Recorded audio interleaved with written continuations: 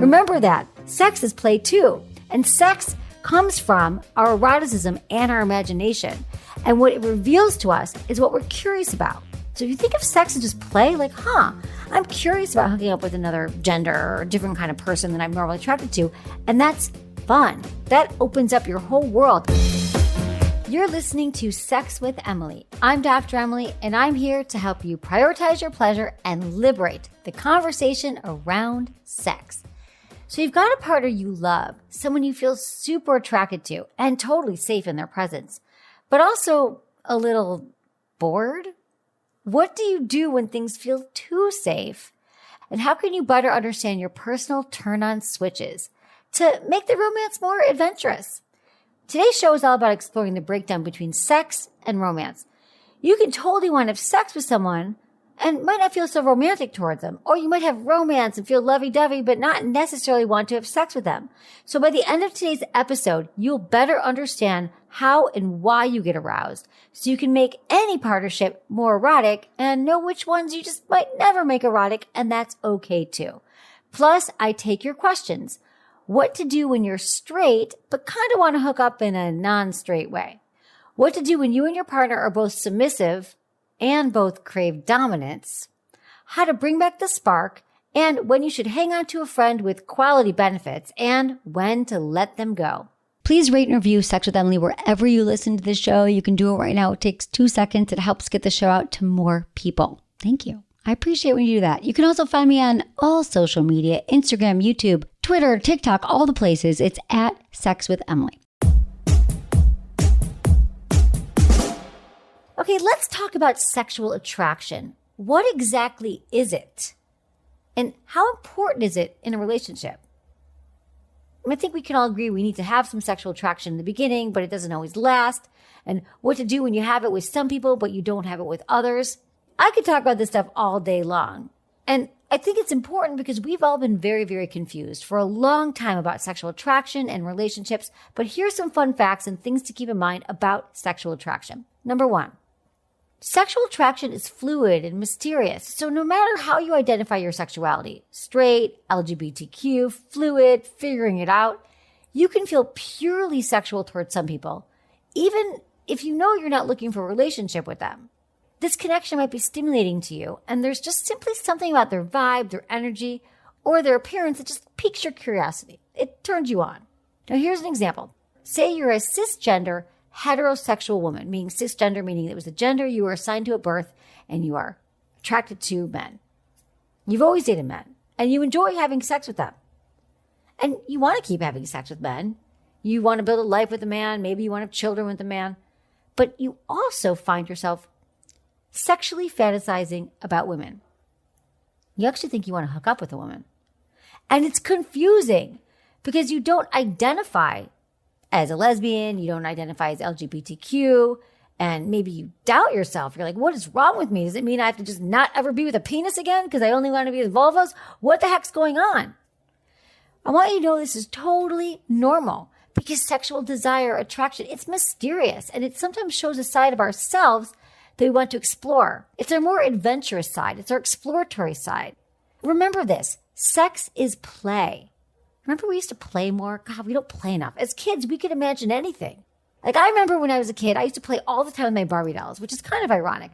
And I would sit and I would make them outfits, and I would make them fall in love, and sometimes Barbie would be dating Ken, and sometimes Barbie would be dating G.I. Joe, and sometimes Barbie would be dating the other Barbies. And it was so fun just to play. I would also play games outside with my neighbors, and we'd explore, and it would just be fun, play. But right now, we have to remember to play. But that's another thing. Remember that sex is play too. And sex comes from our eroticism and our imagination. And what it reveals to us is what we're curious about. So if you think of sex as just play, like, I'm curious about hooking up with another gender or a different kind of person than I'm normally attracted to. And that's fun. That opens up your whole world. You just think, I want to explore a little bit. Sex is all about exploring and playing. That's what I want to reiterate here. And we don't play enough as adults. So time to play. And your sex life is a great place to start. Taking all the pressure that you put on yourself to put yourself in this box.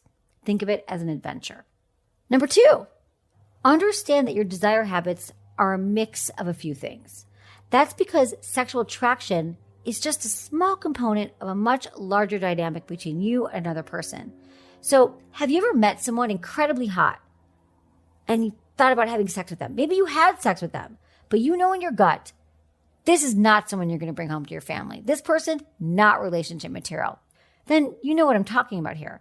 Just because you want to have sex with someone doesn't necessarily mean you have to fall in love with them or that you ever want your parents to meet them. Number 3, romantic attraction is often a sign of affection. So have you ever had the experience of being with someone who's wonderful, someone you adore, you love doing all the lovey-dovey things with them, you can spend all your time with them, you want to take them home to your parents, you love watching shows, you love going to IKEA and going furniture shopping, you just want to cuddle all day long. But you've never ever felt that sexual spark. Well, then you know what it's like to feel a romantic attraction or even love without the sexual component. It's a sign that you feel safe and relaxed and secure. All the qualities we need to be affectionate and deepen our emotional connection with someone. Some more quick facts about attraction that I just thought will help you as you're listening to this episode.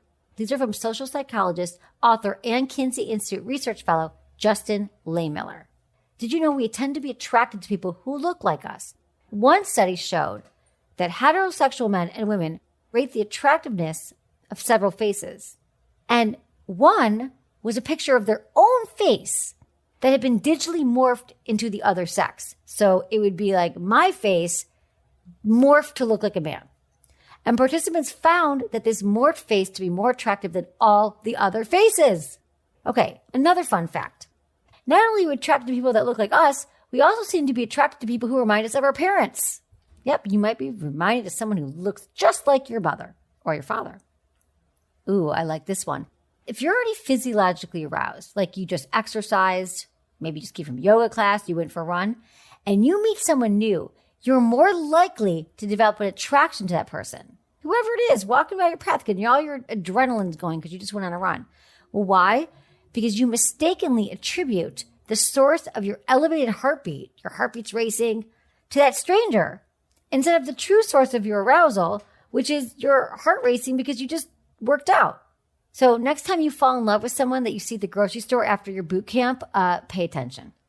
Beer goggles, that's really a thing. This should come as no surprise. The drunker people get, the higher attractiveness ratings they give to strangers. And alcohol also changes how attractive we perceive ourselves. This is why we want to limit our drinks. Attraction is a multisensory process. Who we're attracted to depends not just on how the other person looks, but also on how they smell, how their mouth tastes, and so on. So the senses also play a role in attraction. I always find this fascinating. The things that heterosexual women find attractive in men vary across their menstrual cycle. So when we're at our peak fertility in our cycle, we're attracted to like manlier men, like muscular guys with really deep voices. But other times a month, not so much. So when you think it's love at first sight or this is my partner, at least wait till you've gone through a few menstrual cycles to see if this is really your match. Your birth control pills will also affect attraction and arousal. Your birth control is actually going to impact who you're attracted to. So before you get married and have kids with someone, I would say get off the pill after consulting with your doctor and see, is this really my person? And finally, our patterns of sexual attraction change seasonally. So for example, heterosexual men report greater attraction to women's bodies and their breasts in the winter months than they do in the summer months.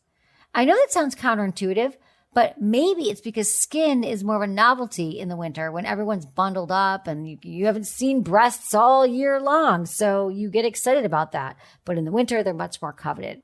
Find out more at sexandpsychology.com, and it will also be in the show notes. All right, everyone, let's get into your questions. This is from Mara, 23 in Chicago. Hi, Dr. Emily. I love your show. It's changed my life. I'm a newer listener, so I apologize if this has already been asked, but I'm struggling to figure out my sexuality. I've always identified as a straight woman, but I've also always been attracted to women. I'm just not sure in what way. I've been physically and emotionally attracted to women, and the idea of sleeping with one turns me on. I've only been with women sexually in a situation with other men, but I've never gone all the way with one. I don't know if I'm bisexual or just think women are hot. How do I figure this out? Thanks. All right, Mara. Well, thank you so much for your email here. You've done the hard work here, and you've done the brave work of figuring out your attraction, who you're attracted to. That's great. So many people wouldn't even know it, or they would repress it. So here's what we don't need to do next: throw a label on you. If you find women attractive, I say try it out. Find a woman to date, get interested in, see what happens. I think this whole am I bisexual? Am I gay? What does it mean? Am I full on lesbian? It doesn't matter. You don't need to know right now. What I love is that you're 23 years old and you're on a path and you're exploring and you're figuring out, do I like women? Do I like men? Do I want both? Because guess what? You get to have it all. All we need to get you to do is feel confident in it and to get out there and start exploring. Thanks for your email, Mara. This is from Sarah, 28 in Vermont. Hey, Dr. Emily, I met a guy on a dating app and we've been on 6 dates now. He always seems excited to see me. He plans dates for us. He calls them dates. He texts me regularly and generally seems to have a good time when we hang out. However, we barely make physical contact. He gives me a one-arm hug at the end of every date. One of the dates was at his apartment to watch a movie and I initiated couch cuddling. He was very responsive and seemed comfortable with it. I also was the one to lean in to kiss him. He also genuinely seemed into kissing. However, that night, there was no kiss goodbye. Later this week, we went for a dog walking date, and again, no physical contact except for the one-arm hug at the end. Not the one-arm hug. I don't know if he isn't kissing me because he doesn't like me, he isn't big into kissing, or if he's shy. My feelings are getting hurt when he doesn't make a move on me because to me, it's a huge sign he doesn't like me. If he likes me, he would kiss me, right? How can I show him or tell him that physical contact is important to me? What things can I ask him or say to him that will help me understand how he perceives physical contact? It's especially difficult for me to navigate this conversation, considering we've only been seeing each other for 2 months, and I don't want to scare him off by having a serious conversation or a what we are talk. Thanks, Sarah. All right, Sarah. 2 months in and you're still getting the arm hug. And that does not feel good to anybody, not even me listening to this. I'm like, I want you to have your needs met. I really, really do. And it's not so much if he's not into physical contact and all these things. I think it's straightforward conversation you have with him. You can have it next time you see him and just say, hey, really been enjoying our time together these last few months. It's been great. I really have an attraction to you, but I'm not totally getting a sense of where you're at. How do you feel about this relationship? What kind of thing are you looking for? And then you let him talk.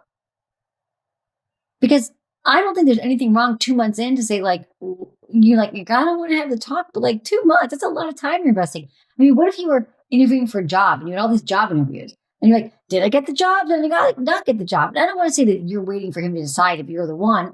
It's more like, are we going to work together or are we not working together? What is happening here? Let's define our roles and let's figure it out. So I just want to normalize this. You deserve to know where you're at. You're putting precious time in with this guy. And I'm not hearing hey, but I'm also cool with being friends with him. I mean, maybe you are. And maybe the conversation will go in that direction. Maybe he'll say, you know what? I'm just really looking for a friend right now. I'm not looking for anything romantic. Or he might say, yeah, I really liked kissing with you that night, but I'm shy. You're going to get all your answers from having this conversation with him. Now, if he says, I don't know, I'm not sure. What do you think? What are you talking about? I just think you're going to learn a lot once he answers this query. And I don't think you're being needy or you're doing anything wrong here other than saying, I got a life to live. I'm looking for romance. I'm looking for connection. And I love physical contact. It's really important to me. In fact, physical touch, I need that in a relationship or it's a deal breaker. Can we just, again, everyone, just let's say these things early on because you're with him for 2 months. I hear from people together for 2 years, 20 years, and they're having these same challenges. They're like, why doesn't my partner touch me? So let's figure it out 2 months in if you're on the same page. And let me just say this. I want to also normalize one more thing here. Physical touch is an important part of relationships for many. If it's your love language, and it's one of the primary ways that you experience connection and love, I think you got to figure that out early on. Because I'm telling you, if you get in a relationship with someone who isn't comfortable with touch, they're not comfortable with hugging, they don't want to hold hands, they don't want to cuddle on the couch, you should know that early on. Maybe you can decide that, well, this person's so great and I don't need it. But I've ended a relationship on the basis of that alone. When someone's like, I really like you, I'm into you, but touch makes me uncomfortable. It's not my job to fix them and say, are you sure? Have you tried touch? I really think you're going to like it. No, life's too short. There are plenty of people out there who want to touch and make you feel sexy and want to initiate and do all the things that you want to do. I promise you'll find that person. But all I'm asking you to do right now, Sarah, is to have a conversation with him that's very open and curious and listen. And if you're not on the same page, well, you can part ways and maybe be friends and long live the one arm hug. But have this conversation, Sarah, sooner than later, okay? Thanks for your email. This is from Olivia, 24 in California. Dear Dr. Emily, before meeting my now husband, I was not really one for commitment and enjoyed spontaneous sex instead. I love that wild and free feeling. When he and I first met, our physical chemistry was intense and electric. It was one of the things that drew me the most toward him. Unfortunately, I learned fast that his intensity also carried over into many other areas of his life, causing problems. He decided to take action on his mental health a few years ago and started to get medication to make his moods more stable. Fast forward, 5 years later, our sex life is non-existent and basically has been ever since he got on meds. He's rarely in the mood, never pursues me, and only prioritizes his pleasure when we have sex because I take too long. That's a quote. I've told him what gets me off, suggested bringing toys into the bedroom, etc., but he still doesn't ever take the initiative to make me feel wanted sexually. If I want to get off, I usually have to do it on my own with a toy. Another problem for us sexually is that we both enjoy being submissive in the bedroom and want the other person to make the first move. All of these sexual disagreements have caused me to doubt things, feeling like I'm missing something in my marriage. I tend to even fantasize about us in our early days and don't even think about other people from before I knew him. My questions would be, how do I deal with having a partner who does not align with me sexually anymore? How do I become more dominant in the bedroom when it makes me feel super uncomfortable in that role? So, Olivia, there's a lot to unpack here. You've been with your husband for 5 years, so since you were 19 years old, this is a lot that's happened. You guys are still in those stages of kind of figuring out who you are sexually together.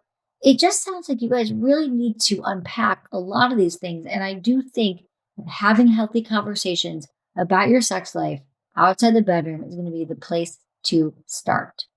You guys are in a great position to find a wonderful therapist. It doesn't have to be a sex therapist. It could be a marriage and family therapist. But all the things that you're telling me here, there's a lot of layers to it. It's not just about the sex. It's about him understanding your needs, about him having being on medication and taking his mental health seriously, which is amazing. But where does that leave you in his journey? Maybe he's changed a lot in the last few years. And I want to know, what kind of work have you done in yourself? Have you learned about what you need? How compatible are you guys right now?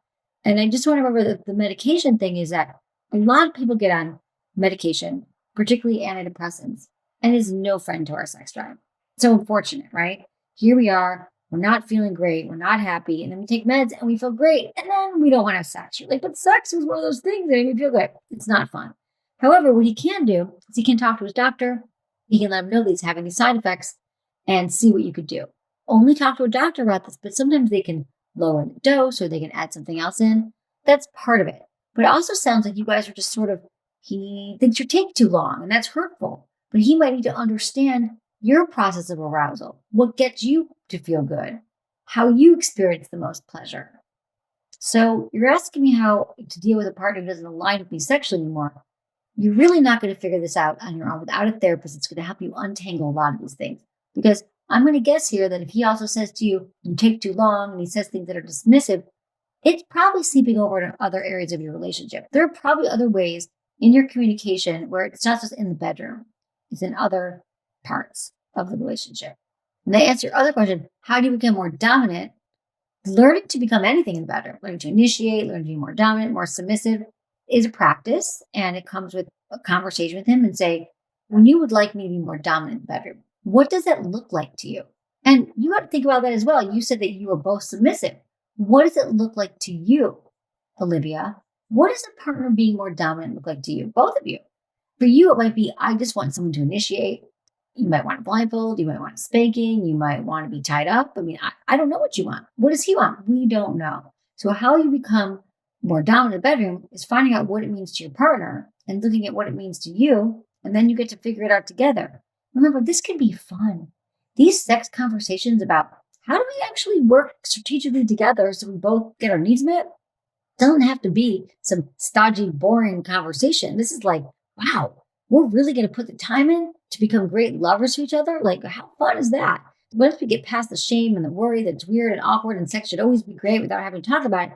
Then we get into the good stuff.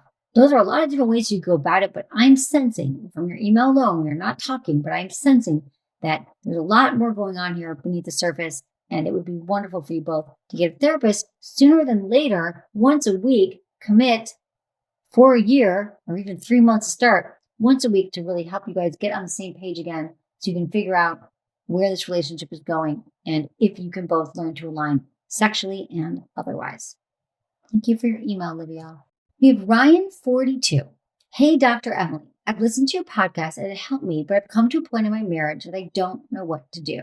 To give you some background, I'm 42 years old and my wife is 38. We've been married for 19 years and have 2 wonderful boys. Our oldest started college last fall and our youngest is a sophomore in high school. Over the past year or two, I've been feeling as if my wife doesn't want me. To me, she shows no affection or intimacy. I've tried discussing this with her and it just ends in a fight and her telling me I only want sex and me feeling bad, retreating and bottling up my feelings. I'm at the point where I'm ready to give up. She says she doesn't know how to initiate, so we've discussed different ways. I've even brought toys to maybe help her enjoy sex and maybe even initiate using toys. I don't know what to do. Please help. Ryan, you guys have been together for a long time and congratulations on 2 wonderful boys and staying together in this time. I'm going to guess here that in the past, because you've been together so long, that there was more feelings of affection. There was more intimacy. Your sex life was more satisfying. And now it isn't. And this is very common. If you've listened to the show, you know that this is really, really common for couples to have their sex life wane over time. And, the ages you're at, your son going off to college, that's a big change for parents. Okay, so what it sounds to me, though, here is that you're doing a lot of the work, Ryan. You're buying toys. You're discussing your sex life. You're also the one feeling rejected. And I'm wondering what she wants and what makes her feel good. Because it doesn't feel good to anybody when our partner says, you know what, 19 years, I'm out. I've had enough sex and let's just coexist in the home together. Because then you're roommates and that's not what you signed up for. I'm sure that wasn't your agreement. Your partner can't just change the rules of the game, especially when it comes to sex. Unless both of you decide that we don't need sex anymore and you want to live together and live your life, that's fine. There's no sex police. I'm not going to come knocking on your door and say, I heard you had sex, but this isn't okay with you. And you're not feeling loved, you're not feeling appreciated, you're not feeling valued. And that really hurts. And I'm sorry you have to go through this right now. And again, I'm only getting your version of the story. I haven't talked to your wife, but I feel like couples therapy, if you guys haven't tried it yet, would be so wonderful for both of you. Because it's really common for couples to be together as long as you both been together and you're sort of in the same place, having the same conversations over and over and over again. Now, maybe you say, oh, we tried it. It didn't work. But let me tell you this. Trying it did not mean we went 3 times to a therapist and we didn't like her. Okay. It means we committed, even though it was painful and it was hard to get there, but we had it as a non-negotiable meeting on our calendar once a week and we committed to 3 months. We even paid up front because we knew we'd both bail on it. It was the most important thing on our schedule. Think about the time that you spend, with your son, dropping him off at games and picking him up in school. He's no longer there. So tell me you have no time. Doesn't really work for me. And also you can do therapy on Zoom now. And I believe that every couple is going to benefit from therapy. And the sooner that you get into therapy, the better. I think it's never too soon. But in your case right now, I feel like it's urgent. What you've said to me is that you feel like your wife doesn't want you and you're ready to give up. So I hear danger here. I hear emergency. I hear 911 call therapy. Like if your car broke down right now on the side of the road and you were like calling me or calling friends, chatting, and go, by the way, my car's... No, you'd call a tow truck. You'd call someone to come help you. And this is in relationships, I'm telling you. The only thing you can do is go into therapy. You're essentially getting a mediator to help you. You're not getting admitted to a mental institution, which I think people, I don't know why you're all so afraid of therapy. Is that what you think? You think they're going to be like, oh God, you're crazy. No, they literally are helping you have conversations that are so difficult for you to have on your own, which, by the way, welcome to being human. It's difficult for all of us to have these conversations, which is why I think we all need therapy. So I'm sorry you're going through all this, Ryan. I really want you to find some help. And if your wife says she's not interested in therapy, she's not interested in sex, and she doesn't want to initiate and all these things, well, then you have a lot of information there. Then you have some more things to make your decision. You can base your decision on some more information. But I really hope that's not the case. I hope she understands how important it is to work on your relationship together. And let me just say this, going to a therapist is also the best way to fast track wherever you're going. Maybe it is time to give up, Ryan. I don't know, but you're on your own, trying to have the same conversations and buying the toys and trying to figure out what to do. And it's not going to happen. I'm telling you right now, after 19 years, you're not going to be able to move the needle like you will be able to move it if you find a therapist to help you through it. Okay, Ryan? Let me know how it goes. I'm here for you. I got you. Okay, this is from Clarissa, 25 in Portugal.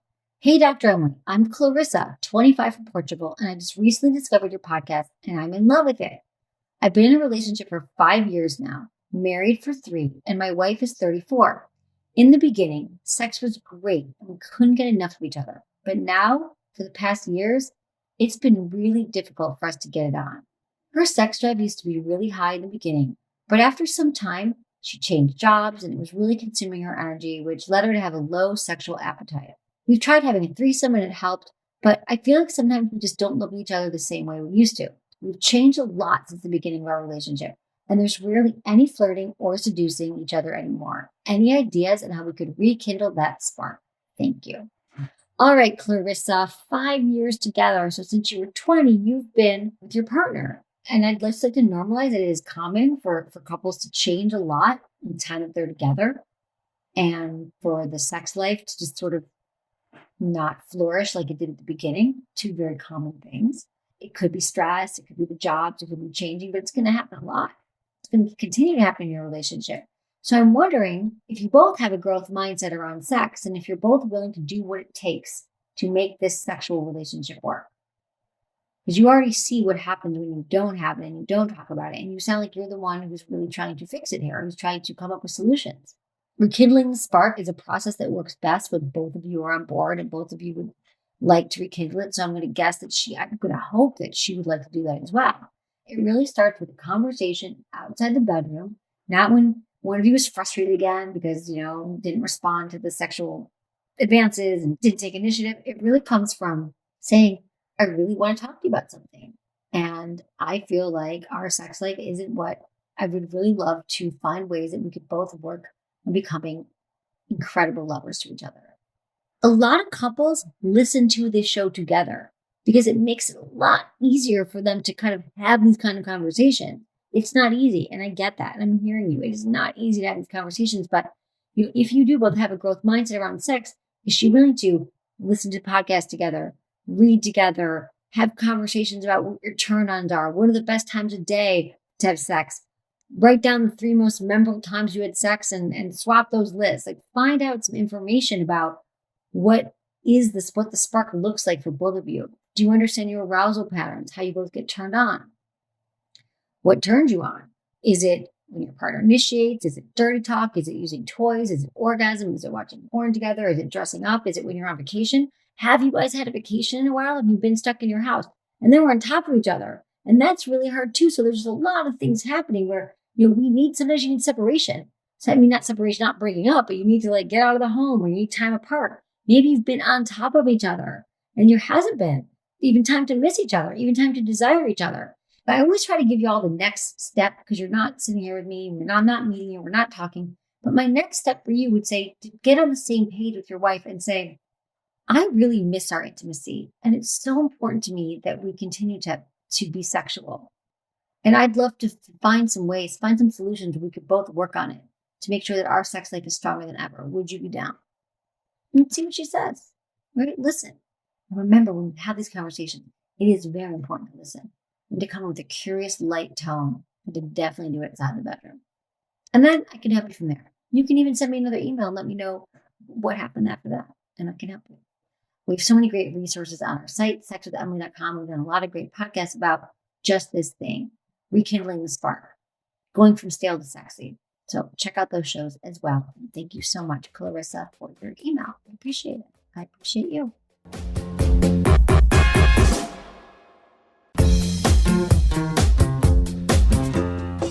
That's it for today's episode. Thank you so much for listening to Sex with Emily. And if you love the show, please like, subscribe, and leave a review wherever you get your podcasts. And hey, share this with a friend or a partner. It might just spark something. It usually does. You can find me on Instagram, TikTok, YouTube, Facebook, and X. It's all at Sex with Emily. Oh, and I've been told I give really good email. So sign up at sexwithemily.com for free guides and articles and more ways to prioritize your pleasure.